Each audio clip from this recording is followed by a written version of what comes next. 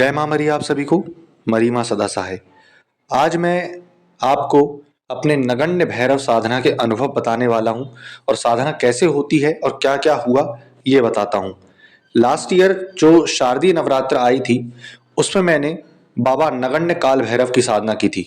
नगण्य से अर्थ ये होता है कि जिसको आप गिन ना सकें। अनगिनत काल भैरव की साधना की थी। संस्कृत मंत्रों की ये साधना थी मेरी।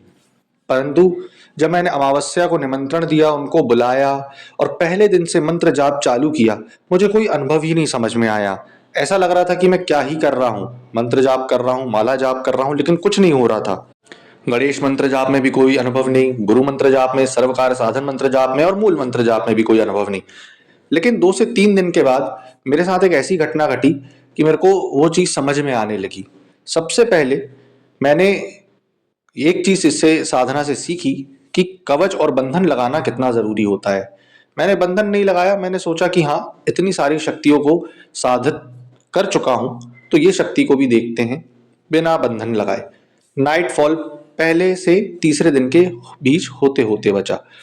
उसके बाद सबसे बड़ी चीज ये हुई कि बाबा काल भैरव का एक ऐसा स्वरूप दिखना जो कि बोलने में मैं उसको डिफाइन नहीं कर सकता। इतने सारे स्वरूप दिखे एक साथ कि आप बीच में बैठे हो और आपके आजू बाजू घेरे में कोई बच्चा, कोई बूढ़ा, कोई बुजुर्ग, कोई जवान इस रूप में बाबा दिख रहे हैं।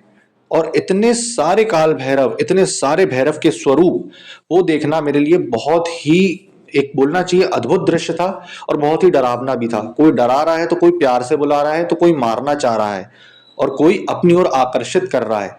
वो सारी चीज मोह माया से दूर करने वाले देवता हैं। क्योंकि ये संस्कृत मंत्र की साधना थी, इसलिए जाप करने में उतना समय नहीं लगता था। हाँ, परंतु रात में एक अजीब प्रकार का डर लगना, एक ये लगना कि जैसे मेरे राइट वाले पैर में कोई छू रहा हो।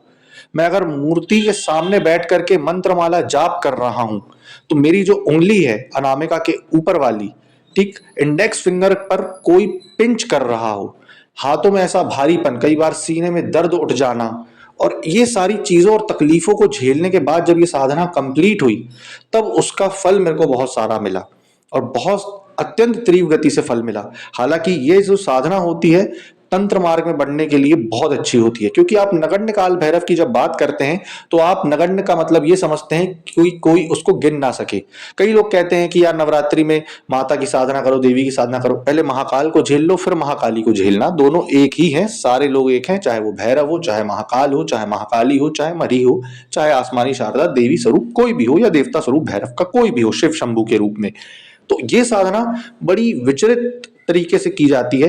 बिरला लोग ही इसको कर सकते हैं, बिना गुरु वाले तो बिल्कुल इस चीज में हाथ नहीं डालें।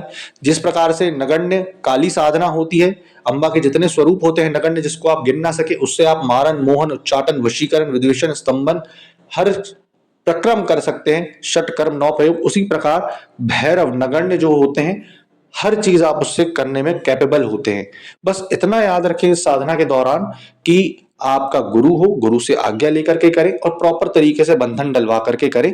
नहीं तो ये आपको 1 से 3 दिन के अंदर ही नाइट फॉल में खराब कर देगा। क्योंकि भाई आप किसी को दक्षिणा दे रहे हो, किसी पर इतना इन्वेस्ट कर रहे हो, पैसा, अमाउंट और अपना समय, और अगर आप बंधन नहीं डलवाओगे और सही सुरक्षा कवच आपके पास नहीं होगा तो आपका समय भी जाया। सबसे बड़ी चीज, पैसा तो बाद में आ जाएगा परंतु वो टाइम पीरियड नवरात्रि का नहीं आएगा। या फिर आप दिवाली में कर रहे हो या और दिनों में कर रहे हो तो वो समय फिर नहीं आता। तो आशा करूंगा आपको जानकारी पसंद आई होगी। जय माता मरी।